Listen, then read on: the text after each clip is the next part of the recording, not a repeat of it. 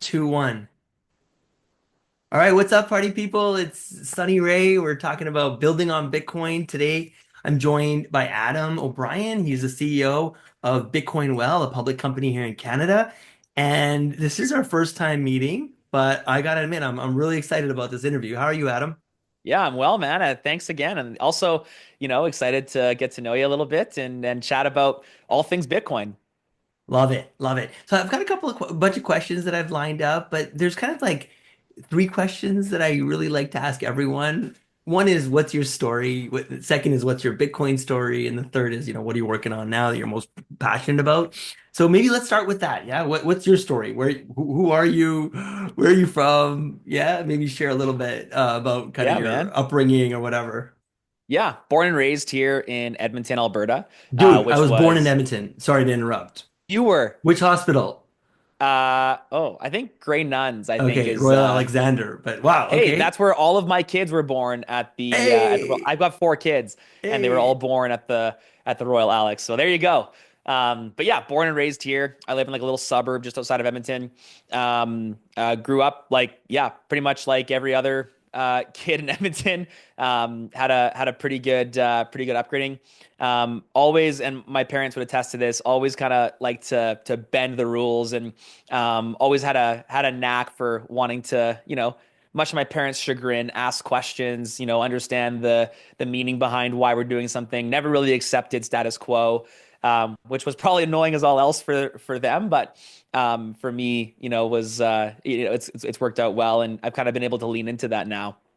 There's a couple of like funny things growing up, man. I've always loved selling stuff, which helped me again with my Bitcoin journey. There's my dad was a traveling salesman growing up, and he would leave, and I would just like take his stuff and sell it. Like nothing was off limits. I'd sell like couches, TVs, like just egregious things.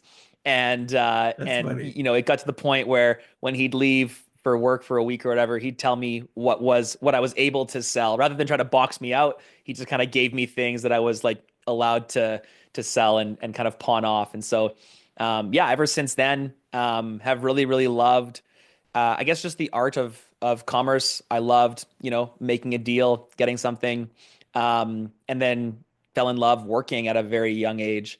I started working, I think when I was 12 years old, at like a golf course that I played at. Just walked in and I said, "Hey, I want to work here." And the guy looked at me and he was like, "What can you do?" And I was like, "I can do anything." And he was like, "All right, well, come back and wash dishes." And so started washing dishes at the golf course, played a pile of golf that summer. And yeah, I've been working ever since, and kind of went through the ranks working in a bunch of different spots. And then finally, when I just finished high school. I went to Australia for a few months, came home, and then found Bitcoin. What And year is it was this? this is 2013. Oh wow. Um, Okay. so And what did that Bitcoin, look like? Like yeah, what man, it was yeah. weird. I mean, like everyone, you find Bitcoin and you're like, haha, this is a joke, and I'm gonna be the hero that disproves it. Like the classic contrarian in me. And then I was also like a young, arrogant 19-year-old, 18 turning 19, or just turned 19, kind of in that range. And so I was like, okay, I'm gonna learn everything there is about this thing, and I'm gonna like find its weak spot. And so, you dive down the rabbit hole, and my goodness, like when you learn about Bitcoin, you learn about history of money and encryption, and like the history of Bitcoin, even which predates Satoshi. Like the history of Bitcoin is 1933 onward, really, if you want to go back, and depending on how philosophical you want to get. And so every turn where I was like, oh, this is where it fails. Oh, wait, no, actually, it works that way. Oh, well, it won't scale. Oh, well, no, there's an opportunity, here. And so eventually decided, well, may as well buy one of these things and see what I can do with it. And so went out to buy Bitcoin, had a terrible experience. It was And like what year are we in now? this is So still in still 2013. 2013. Okay, okay. Yeah. It was a Yeah. fast So Bitcoin's progression. now $100. All I right. like, I missed the boat because I saw it when it was like whatever, 60, and now it's 100, and I'm like, "Oh, dang it, like, I should have bought and sold already, but we'll still try." And so in 2013, there was two options here in Edmonton. It was like wire money to Russia, going to Mount Gox, or the back alley experience. And so I opted for the good old back alley experience. I had $100 bill in my hand. Some like we met like on White Ave, which I'm if you're familiar, but not like White Ave for everyone who's watching is like kind of split. There's like the good side of White Ave and what I call the stabby part of White Ave. We were in the stabby part of White Ave. It's some gas station parking lot. I roll in Mm. my like 2000 Volkswagen Golf that can barely start, and this guy jumps in. He like scans a glitchy app on my phone, and he's like, "All right, it's there." Grabs the money and then leaves. And I was like, "Oh, yeah, it's a scam. Like confirmed. This is garbage." That's And funny. then get home, check the wallet. There's confirmations at that point, and I'm like, okay, well, this is what I read about. Like let's see if I can sell it, back to my old roots. It's only worth something if I can, actually liquidate and get my money back. And so I put an ad on Kijiji where I was used to selling stuff like couches and game consoles and TVs and stuff. And I was just like, hey, I've got Bitcoin. If anyone wants to buy some, like just message me and we'll meet up. And within a few weeks, I sold zero point 0.9 of that Bitcoin and I had $100 back. And I was like, oh, I'm a genius. Like I just made 10% in a couple weeks. Like I'm smarter than everyone. Watch me fly.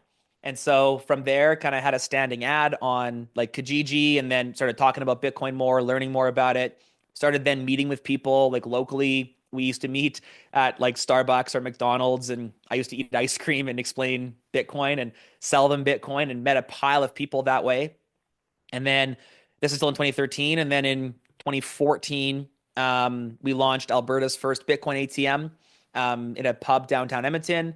And then, we did a second one in Saskatoon and then another one in Vancouver and kind of just started like rolling with Bitcoin ATMs. And before we knew it, we were one of the largest Bitcoin ATM providers in the country. And, kind of the rest is history. We've now, not pivoted, but we've added to the Bitcoin ATM space with our Bitcoin portal. And we've added now Bitcoin Well Infinite, which is kind of like a private banking experience for people that want to buy large numbers of Bitcoin. But it was an interesting pivot that happened in 2015-16 area where I was like, we had Bitcoin ATMs, and I had all this like cash from the Bitcoin ATMs, and my bank accounts started getting shut down. And I remember walking into the bank and looking to like deposit, and they were like, "Nah, like we're not touching you anymore." And I was kind of like, "Well, what about all the money?" And they're like, "Yeah, yeah, it's frozen. Like, we'll give it back to you after our process goes on." And I was like, "Oh man, that's inconvenient and weird." But like one out of the banks that's like, that's an outlier. Let's go to the next one. And then a few months later, same thing. A few months later, same thing. And I realized very quickly that my money in the bank was going to be always subject to my actions. And I kind of like one of my greatest flaws and also my greatest probably like advantage is that I just take a scenario and I can extrapolate it out like 100 years. Like I'm just really good at taking the extreme of everything. And I kind of realized like, hey, probably if I don't align with whatever the political and or regime is at the time, my money's going to be trapped. And so it was at that was kind of like a pivotal point for what at that time was Bitcoin Solutions and is now Bitcoin Well, was we transitioned from making Bitcoin accessible to enabling independence and to trying to empower freedom for people. And that was like a really, natural but distinct transition that we made where I started really leaning into how like Bitcoin is so much more than just number go up, how it really is something that is giving people personal freedoms and leaning into that freedom angle of Bitcoin, which is what now has influenced our self-custody model, which has influenced, lots of the decisions that we make at the company with our products and even our marketing. And yeah, it's given us a really nice filter to kind of like march towards and obviously, give our customers a shot at maintaining their sovereignty. Because I think that it goes without saying, money in the bank is captured money, and you can use your money if it's in the bank, but you cannot hold your money when it's in the bank. And Bitcoin allows you to do both. And so now Bitcoin Well is a conduit to allow you to replace your bank with Bitcoin Well and basically have the ability to hold your money and use it, which is, I think, is novel and revolutionary. What a story. Oh wow, that gave me chills. I'm still taking it in. That was pretty freaking amazing. So to take me back to those days a little bit more. So you're kind of wait, how many ATM machines do you guys have now functioning? Is it still So we're at, I think, just like 165 or so around Canada. We at one point, unbelievable? we made a decision to focus more on software than on the Hmm. hardware deployment. We made that decision about 4 years ago now, Okay. and we've developed our proprietary software in house, and we've been partnering with other ATMs to be able to install our software on there. And at the time, I kind of thought that would help us scale a lot faster. And it certainly helps with the capex required. It's very expensive to like basically to launch a Bitcoin ATM. You're kind of 15K like per machine before you're even having a dollar put in. And at the rate of saturation, it just didn't quite make sense for us to deploy. And so we put our dollars more so into software, building the portal, which is much more scalable, and then also the Bitcoin ATM software. And so we're probably dropping in Bitcoin ATM relevance, but our overall company relevance, like we've been able to to sign up like tens of thousands of users, which we're super pumped on, and we've got pretty good active like customer rates, and we're super proud to kind of be transitioning from the Bitcoin ATMs used to drive the business. And now with our mission to enable independence and kind of this mantra of replace your bank with Bitcoin, well, we've got the Bitcoin portal that sits in the middle, and then the Bitcoin ATMs kind of help and like aid the portal. One thing that's done for us is given us a lot of privacy opportunities. As you know, in Canada, there are certain laws that are required, and the money can just be reversed. And I caught that early on. Like, someone sent me an e-transfer, and it would just get recalled like 15 days later. And I was like, what the heck? The Bitcoin's long gone. There's confirmation of the network. You can't just claw back this e-transfer, but of course they did and they could. And so because of that fraud, we need pretty strict compliance on every single customer. It's not because of the anti-money laundering laws. It's because of the fraud that's there. But with cash at a Bitcoin ATM, there is no fraud. Cash is instant settlement. Maybe cash is probably the only thing that is actually settles faster than Bitcoin, faster and harder because once I hand you a $10 bill, like that's it, it's done. You can't undo that. And whatever. It doesn't scale too well, but it's hard and it's instant. And so with cash at the ATM, we're able to preserve our customers' privacy by not forcing them to verify their identity if they're making small transactions, which are well below the legal limit, which is great. We're the only platform in the country that is able to preserve customer privacy that way. Obviously, I believe in customer privacy and financial privacy, and so yeah, it's been really awesome to be able to do that with our Bitcoin ATMs. I have so many questions. So I have a question for you though. So regarding the challenge or seemingly perhaps insurmountable challenge of like getting bank accounts closed down, how did you overcome that? Because in order to bring independence to other fellow Canadians, you probably needed to solve for that, or am I Yeah, man, mistaken? it's a And by dance. the way, I also recognize it's a sensitive topic, so no like specific details needed. No, you're good, man. I talk about my like I personally am debanked across the country. Ooh, In fact, TD, which is one of our largest banks, ironically has also the largest money laundering fine in the history of our country's wah financial wah system. wah. Yeah, no kidding. But I'm the bad guy. They so in 2016 they were like, "You're shut down, 7-year ban from the bank," and I was like, "Well, that's dumb, but like." Whatever, 7 years, let's go. So it's 2023, 7 years is up. I go back to the bank and I'm like, hey, like, I'm ready. And they're like, oh, no, we upgraded your 7-year ban to a lifetime ban. And I was like, why? Like, what could have changed? I literally was not banking here for the last 7 years. How is it possible that I was so evil and bad that you upgraded this ban? And they just are like, oh, compliance. Like, the poor girl at the till has no idea. I'm not like, what am I going to say to her? She's just like, this is the message from the overlords, and this is what it is. And so, but yeah, anyways, so personally, I'm like pretty messed up. And this was the impetus for going public. In 2019, we were like running out of banks, having a hard time running cash, and I kind of, wanted to go public for two reasons. One was the access to capital. We didn't have, like in Canada, especially, there wasn't the same, or maybe still isn't the same access to VC capital, especially as at that time, a Bitcoin ATM business that there would have been traditionally if we were like a fintech company. But then also for legitimacy. I figured, hey, if we can get audited by, our lawyers, by the exchange lawyers, and by the exchange, surely at that point, we'll have a little bit of success, at least having some notoriety and having some legitimacy behind our platform. And we met with a small credit union in Calgary, and they gave us a bank.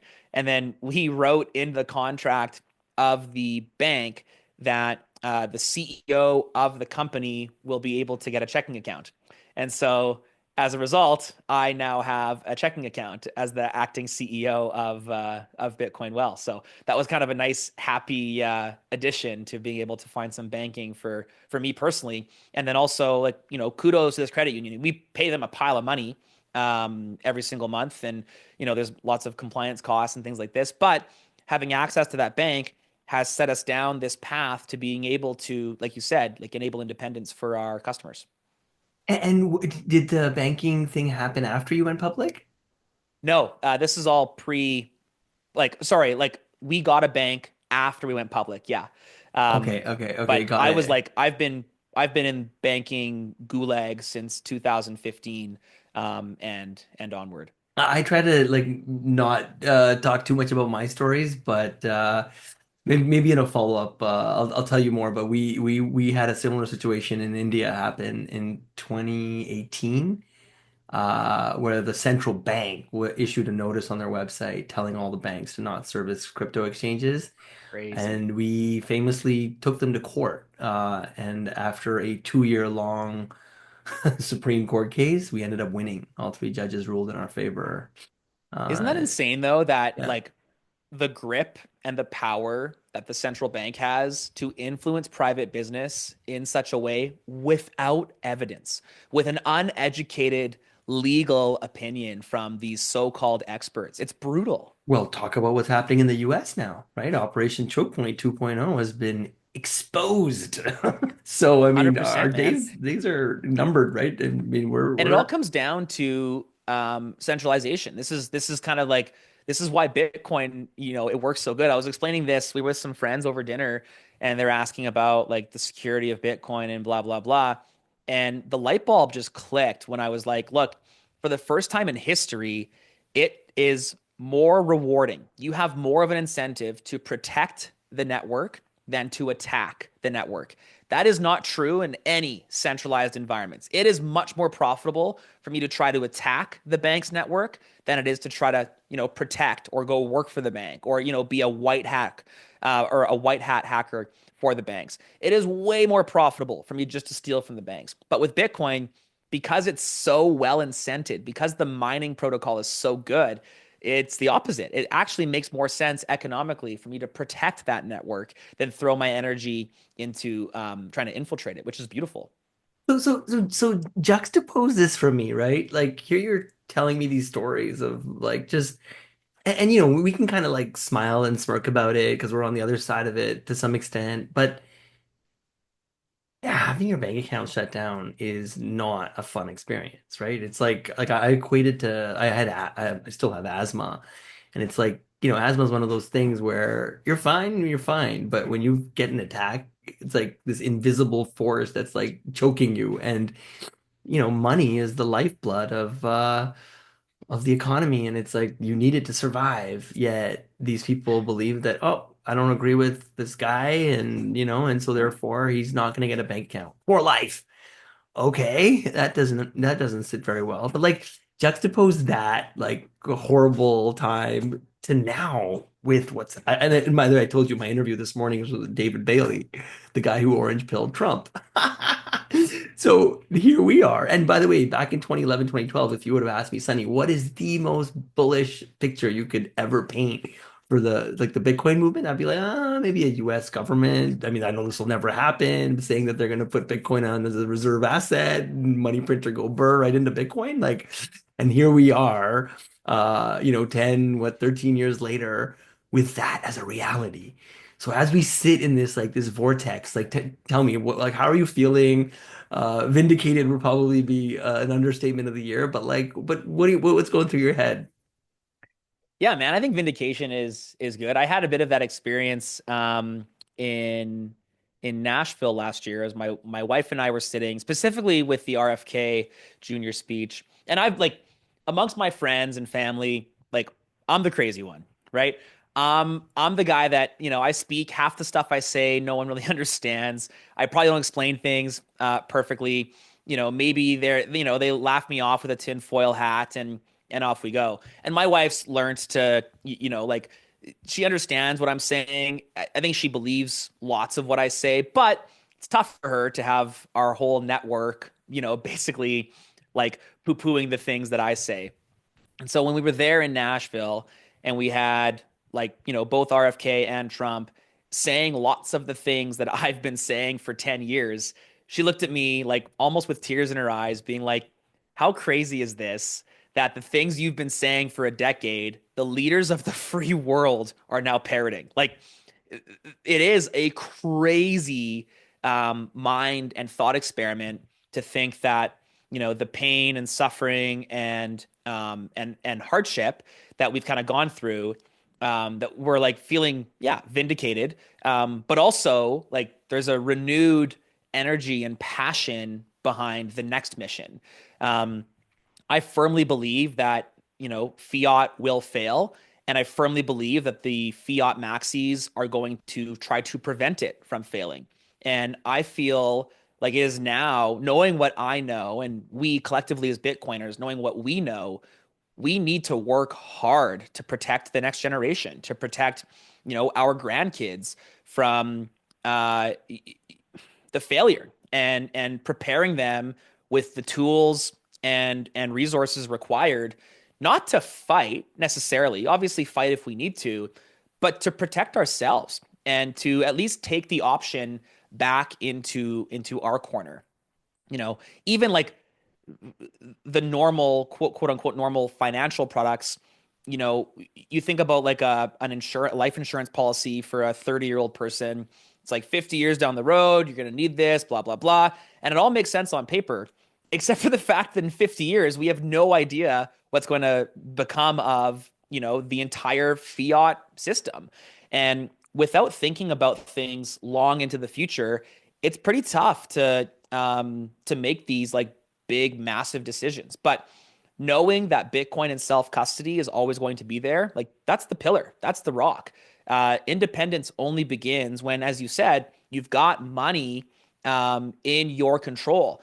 Not necessarily lots of money. Having lots of money locked up somewhere else is way, way, way worse than having a little bit of money in your control. And so, really, you understand very quickly that your custody, your control, your power starts with the ability to have financial freedom.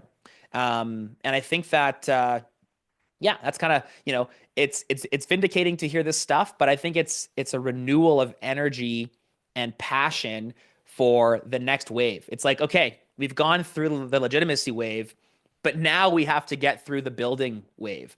And we're just starting this, and I'm here for it, man. I'm really bullish on all the projects, all the businesses coming through. It's so inspiring. I kind of want to like tie the knot here a bit because okay, I wanted to share. So during the COVID time, right? That was I don't know about you, but that was like a horrible time for me personally, Yep. for our family. In fact, I was literally on the verge of just packing up and leaving. Where to? Don't know. Just I'm like Didn't ready to matter. go. And believe it or not, it was the truckers that kept me around. I actually had the pleasure of being able to take my children, my family, like to like Wow. the day one in Ottawa, where it was like a million people. It was like Canada Day times like 1,000, right? It was like the most electric experience ever. But it gave me a glimpse into what Canada really is, which is these hardworking people. that don't really maybe go on social media every day, or they're not really plugged into but they just want to do their own thing. But yet when they were treaded upon, they decided, no, we're not going to take this anymore. And in my view, that was by the way, the turning point of the whole COVID mess, right? Like the truckers in Canada standing up for what is right. And the way I wanted to tie the loop was that RFK, right? What was RFK's orange pill moment? Same. Right? It was Yep. the truckers and the Yep. single mom that got her bank account shut down that opened his mind. And you could argue it was Trump that was kind of, obviously influenced by many factors like the Baileys of the world. But I'd argue RFK probably had something to do with it because the year prior to Trump coming on blast about Bitcoin, it was RFK that was putting his neck out on the line. And we all know RFK and what he's doing now and whatnot. But what a time. No, what a time to be Dude. alive. To think that it was our fellow Canadians that perhaps had, a tiny part in all of this like craziness that's happening now. Well, I think it's because of the centralization that exists in Canada and the Canadian banking system. Like, people don't realize we only have six banks in Canada. We've kind of got the five big ones and then one slush fund that manages all the credit unions and like smaller neo banks. We don't actually have independent chartered banks here. And when you have that, it also goes to like if you can kind of think down the problems that could exist. Like we have in Canada, CDIC insurance rather than FDIC insurance, same kind of concept. But when you realize that like CDIC insurance only has 7% of the funds that it insures, meaning like if it were to insure $1 trillion in funds, it only is going to have 7 billion in assets, I think is the real numbers. And what that means is if one bank fails, one bank is 15% of the whole system. There's not enough insurance for that one bank, and the centralization causes this massive problem. And so, we had a government before it was deemed legal. It was actually in turn deemed illegal, freezing funds. And the only way that's possible is because of the mass centralization. There's no way, the States has 400 banks. There's no way you would be able to get 400 banks on side. 400 small mom and pop rural banks. You're not getting 400 banks on side with this like Sunday evening, forced closure of thousands of bank accounts. But six, no problem. No legal letter, no problem. Daddy government says jump, banks say how high. And that was a real turning point even for lots of people, inside of my network as well. Because I'd always ask them like, their Bitcoin self-custody, how important is that? Blah, blah, blah. And I'm like, well, where's your money? It's at the bank. Well, why don't you go get it? I can get it anytime. It's like one day that won't be true. And, they call me crazy, get your tinfoil hat, this kid's insane, blah, blah, blah. And then one day it wasn't true. One day like you said, you donate $50 to a trucker, a peaceful protest, the largest most peaceful protest in our country's history. You donate $50 to that, and all of a sudden you're a financial terrorist. It's a problem, man. And it stems from the centralization and the closeness of this, supposedly private banking sector into the government. You know what the scarcest resource is? Well, maybe besides Bitcoin? Courage. Yo, yeah, man, You know, 100%. I've been with a lot of smart people, but I find like courage is in short supply. And it feels like, I mean, I feel like I'm talking to a brother from another mother here. And I feel like we've had like similar experiences over the last 11, 12, 13 years, yet, we've never met each other. Hey, let's switch gears a little bit. So how long have you been the CEO of a public company in Canada? Is it just like a new phenomenon? Has it been a couple years? How Couple far? years. We went public in 2021. So I started going public in 2019, made the decision, 2020 started the journey, and then finally went public in July 30th, 2021.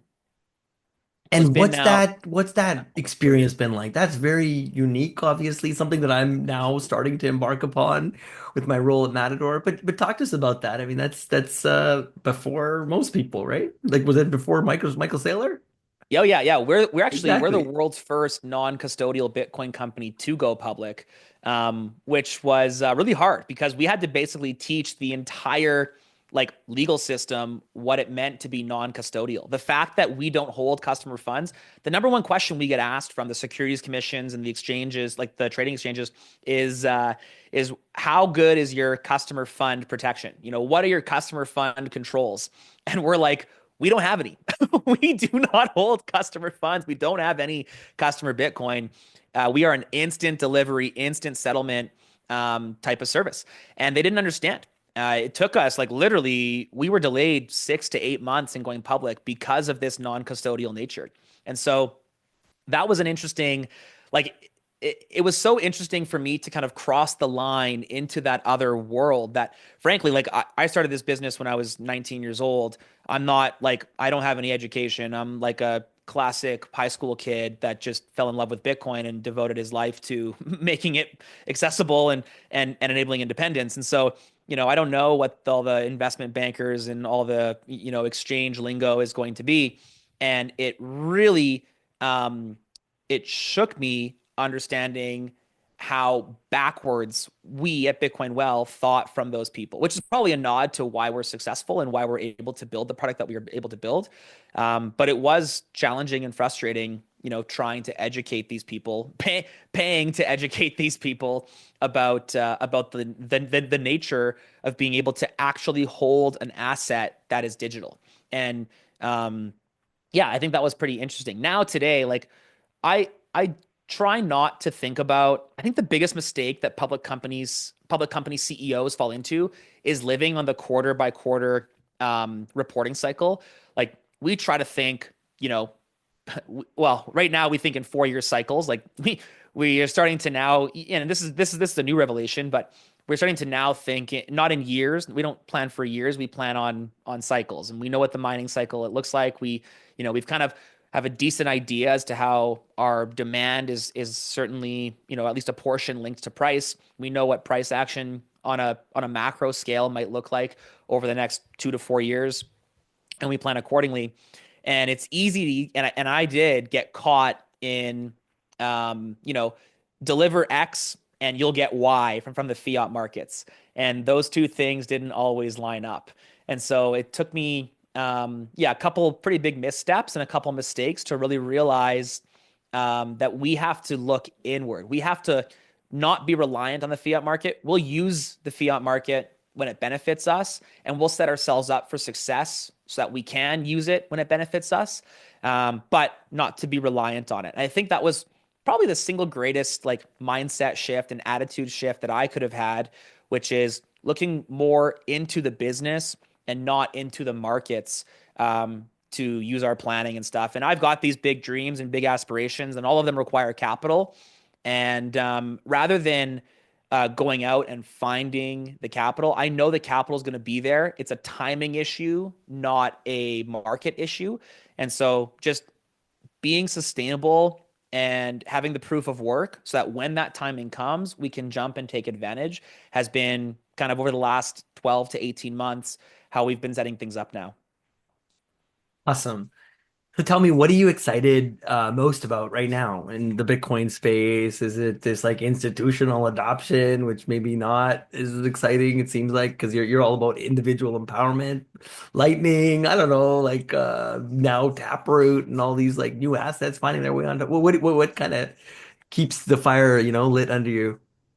Yeah, I'd say it's this kind of this North Star that we've got here of replace your bank with Bitcoin. Well, that's kind of where I'm driving towards. Like I've got 4 kids, ages 8 and younger, and it is my hope and dream that none of them ever need a bank account. They get by with, you know, a cold card, a Lightning wallet, and a Bitcoin Well account. And those three tools should be enough to keep you sovereign and active in a world as we transition towards a Bitcoin standard. Institutional adoption, personally, I think it's great for legitimacy. But I think the recent price activity compared to block space has showed us that it creates a lot of paper Bitcoin. I think we're actually in a bit of a danger zone here with the amount of paper Bitcoin that's trading. There's no reason we should have record volume days with no Bitcoin in the block space or in the block, like with the block size being where it's at. Like mempool's clearing in one block on a record volume day. That's bad. And what that tells me is that we're not using real Bitcoin. We're using fiatized, securitized paper Bitcoin. And paper Bitcoin can be captured just as easily as paper money can be captured. And I think that, our mission to enable independence, we want blocks to be full. We, of course, use Lightning Network, and I think Lightning Network's come a long way. I personally use it completely in self custody for lots of daily purchases. I've got a pretty simply routed node running that I use for, I can buy coffee at the local shops here in Edmonton that accept my Bitcoin. I use it to buy things online, and I use it to pay like my my babysitter and my lawn maintenance, and like I pay for all that stuff in Bitcoin from self custody over Lightning Network. It's working great, and I'm super bullish for that over the future. That said, I think we're a long way from like proper small business adoption, and that's where we're trying to bridge the gap. And so that's what's kind of keeping the fire on right now is how does a self-proclaimed Bitcoin maximalist who's in on 100% in on the Bitcoin standard, how do they still live on a Bitcoin standard in Canada, in the US, in this kind of, fiat transition world? Do people call Alberta the Texas of Canada, Yes, right? sir. So The Texas of Canada. right? I mean, I won't go into all the 51st state commentary, floating around. People can check out my David Daly interview for that one. But curious to know what's like, again, I'm born and raised in Edmonton, but I've spent the majority of the last, 20, 25 years here in Toronto. What's it like in Alberta? Like, whoa, are you starting to see something considerable? Do you guys have meetups out there? Like, what's the scene like? What's the vibe? Are people waking up? Yeah, it's pretty good. It's funny. I'd say we actually have a better freedom community um, here in Alberta than anywhere else in the country. But the freedom community precedes the Bitcoin adoption, and so it's been really cool. We actually have the reverse opportunity, I think, where we've got a bunch of pre-coiners that are like 90% orange pilled that don't understand Bitcoin yet. And so we have a really great opportunity to go and speak to these freedom advocates, these freedom lovers.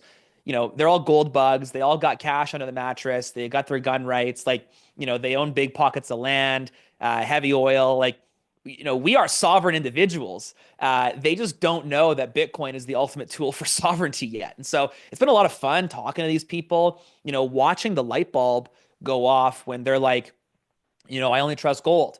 It's like, well, how do you deal with gold's shortcomings? And they know what the shortcomings are. And then you explain to them how Bitcoin solves the shortcomings of gold, how Bitcoin solves the shortcomings of land, how Bitcoin uses the oil in order to protect the network. And it's like, I like it to like a lock being unlocked. Or like, it's like everything lines up perfectly. And they're like, holy smokes, Bitcoin is the answer to my freedom. And then you can go into like, the things they don't understand, which is like encryption and the algos and like all this stuff. None of it's really important, but they ultimately become interested and enjoy learning about it.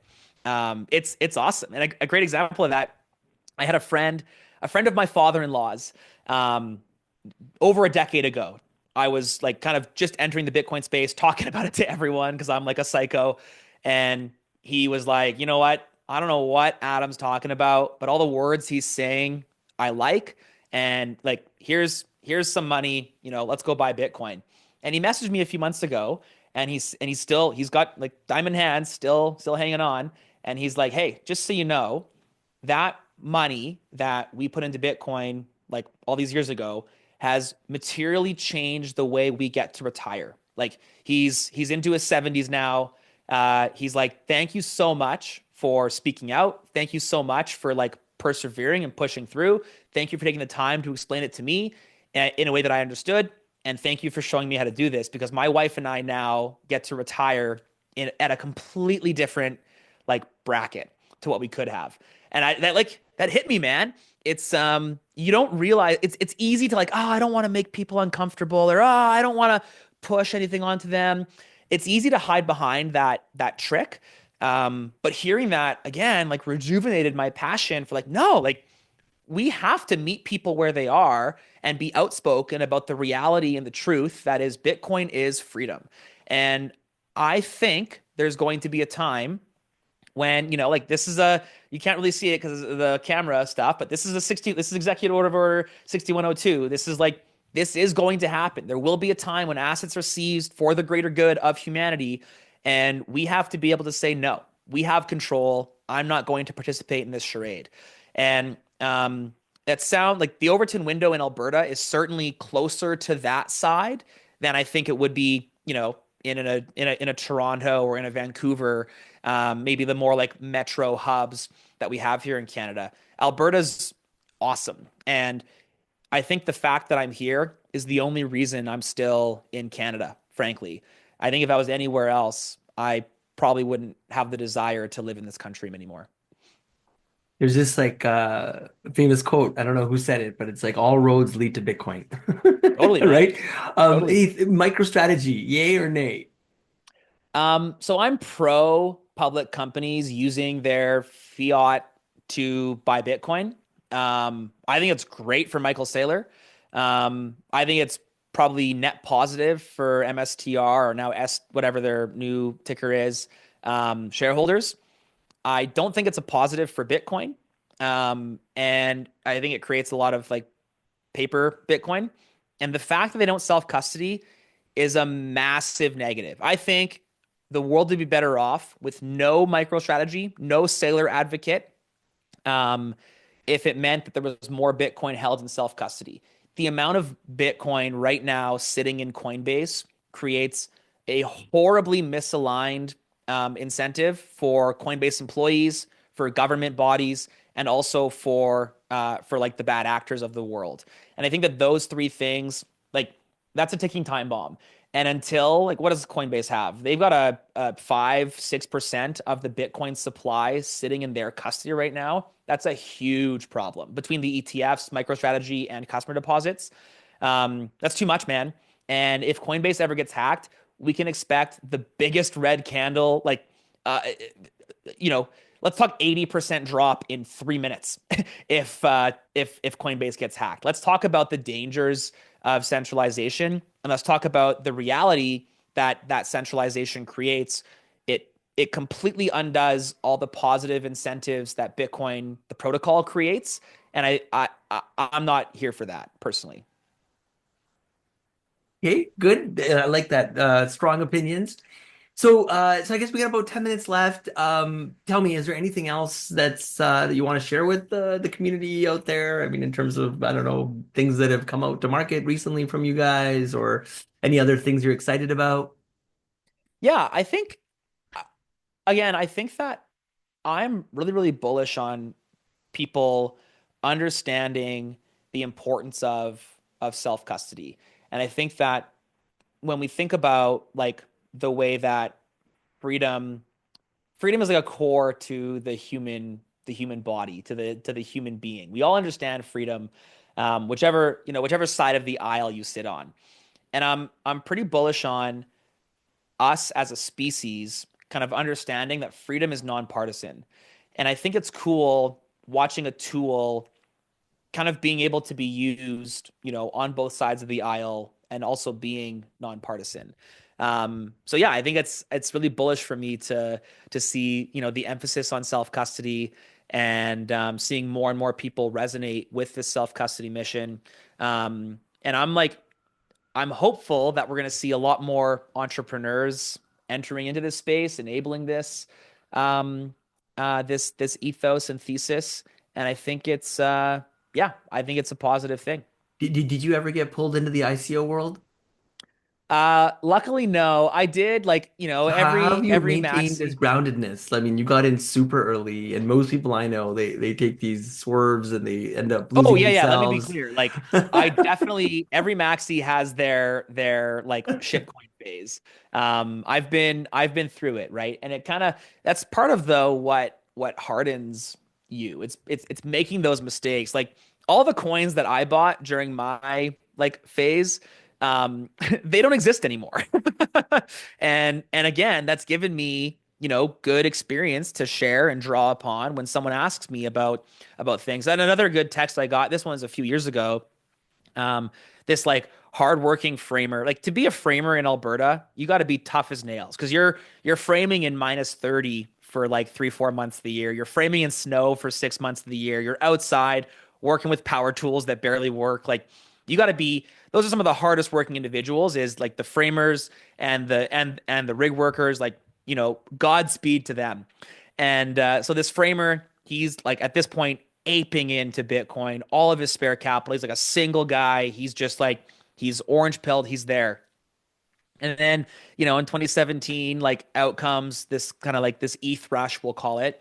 And he starts asking me about all these things. And I'm like, look, man, like I've been there, I've done that. It's not good. Here's my reasons why. Like, you do you.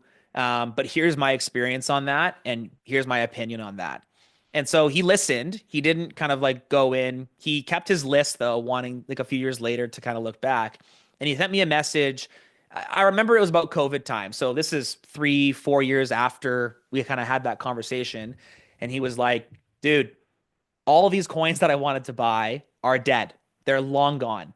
The money that I had and I put into Bitcoin has 10x'd. Like, thank you so much for sharing that experience and for having this the vindication and the like the responsibility to share those things, because it it is like, it's so crucial. I think part of that is, the way that we share that stuff is not like, I wasn't rude, I wasn't toxic, I wasn't like, some arrogant prick trying to prove a point, win an argument. It was very much just like, hey, here's what I did, here's the mistakes that I made, here's what I learned from that. Take that knowledge and act accordingly.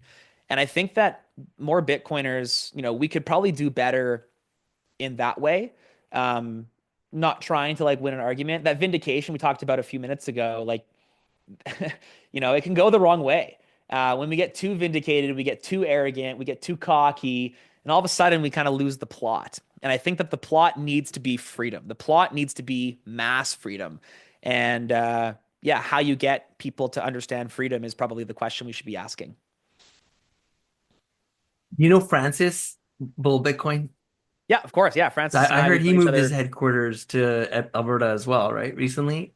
Yeah, so none of the team is, or maybe some of the teams in Alberta, but they're all still in Quebec. Francis, of course, lives abroad. But yeah, I know like Francis and I have, grown up in this industry together. We met for the first time, I think, in 2014 or 2015, and we've been like friendly competitors, yeah, for the last 10-ish years. When I mentioned that thing about courage, like he's one of those few people that really stand out, as in he took a stand and he stuck with it. And saw this picture of him, like, what he looked like, I don't know, 8 years ago. And I remember he used to come to my conferences in Toronto to speak. He was like a consultant, like suited up, like nerdy kind of guy. And then I saw him like a year ago in Costa Rica running like the Bitcoin Jungle Conference, where he's like, a Chad of all Chads. And now Bitcoin will change you. Hey, and Yeah, speaking of man. Chads, there's another guy that I'm a big fan of. Again, I don't know him personally, but just love what he's doing. Do you know Steven Barber, I think is his Oh, I name is? love Steve. Yeah. Holy Steve, I've known cow. Steve again for probably close to 10 years at this point. He's gotten about 80% more manly since he grew that mustache. He used to not have a mustache. And I looked at him like, dude, what are you doing? And then now he's got this sick mustache and he is like, talk about actually him and I are on BTC sessions. Why are we bullish this Friday? So I'm looking Cool. forward to that. I always love catching up with Steve. Cool. Yeah, BTC Sessions, another trooper. I mean, look at this. Like Alberta's on the map. Dude, it's Alberta's it's on the Canada. I map. think that Canada actually has the most per capita Bitcoiners than any other place on the planet. And again, it's because of the Venn diagram was perfect for, freedom and oppression. And we were equal points free as we were oppressed in the financial sense. And so it was like it created the perfect amount of pressure to take a bunch of sand and create, gems and like pearls. And I think that if you look and go down the roster of like prominent Bitcoiners, like NVK is here in Canada, Francis Canada, Sessions Canada. Obviously we're headquartered, started in Canada. Barber, like Canada. Most of those people in Alberta, and yeah, it's like it's shocking the amount of prominent, hardcore, hardened Bitcoin maxis coming out of Canada. I think that's going to be Canada's saving grace, is that we have a real opportunity to showcase the power of Bitcoin and to not be tourists here in this country, but instead to be like plant our flag, and really be advocates for the freedom that Bitcoin provides. Adam, have you been tinkering with AI at all? A little bit, mostly as a prompting tool. I use AI to help me catch blind spots, but I haven't been using it in the tool sense. Like I don't have any agents or bots running, kind of picking up work Do you on have my like a behalf. controversial take on it, or are you for it, against it, don't really care? And then my follow-up Um, question is like, do you see perhaps a connection in any way between Bitcoin and AI, or do these two I mean, things? I certainly love the argument and the thought process that like an AI agent needs to get paid. We've got a digital money that can like have instant settlement transactions between AI agents. It makes a lot of sense. Um, I'm here for robots like inflating technology, creating a deflationary environment. My big like our grandparents watched, the car kind of go from like infancy to adoption. I got to watch TVs and computers go from infancy to adoption. And I think even in my adult life over the last 10 years, I think about how much the price of a TV has deflated, how much better they've got it, how much better they've gotten. I think if we're going to see that with AI over the next 10 years, I'm here for it. Obviously, I think that again, it comes down to centralization. There's a pile of data being dumped into these AI models. Who owns the data? If they're sitting on CIA headquarters in a server farm there, that's probably not that good. And so, like, speaking of NVK earlier, I think he released an LLM called Unleashed Chat, something to that effect. And it's a personal like AI server that you get to interact with and kind of control the data. I think that we as a species have done a very bad job at protecting our future personal privacy and our future personal data. And I hope we don't fall into that trap with AI. I'm certainly an advocate for like, sovereignty and protection of information and protection of personal rights. I don't know that the big people building, AI are. I hope that they are, and I hope that we can kind of progress in a free and decentralized way. Beautifully said. Yeah. Should we bring it to a close? Any closing remarks, Adam? This was amazing, by the way. I would love to have you back on the show any day. Yeah, your stories are just amazing and so touching as well. But yeah, you want to leave everyone with a few comments? Yeah, I mean, hey, thanks so much for having me. I would be an honor to come back. Definitely encourage everyone to, yeah, like get your Bitcoin into self custody, understand the importance of freedom, and support the platforms that you want to see survive 25 years. Amazing. So everyone check out, is it bitcoinwell.com? You got it. Yep. Nice. Awesome. All right. Thank you, Adam. I'm going to bring this one to a close and thank you everyone for staying this long.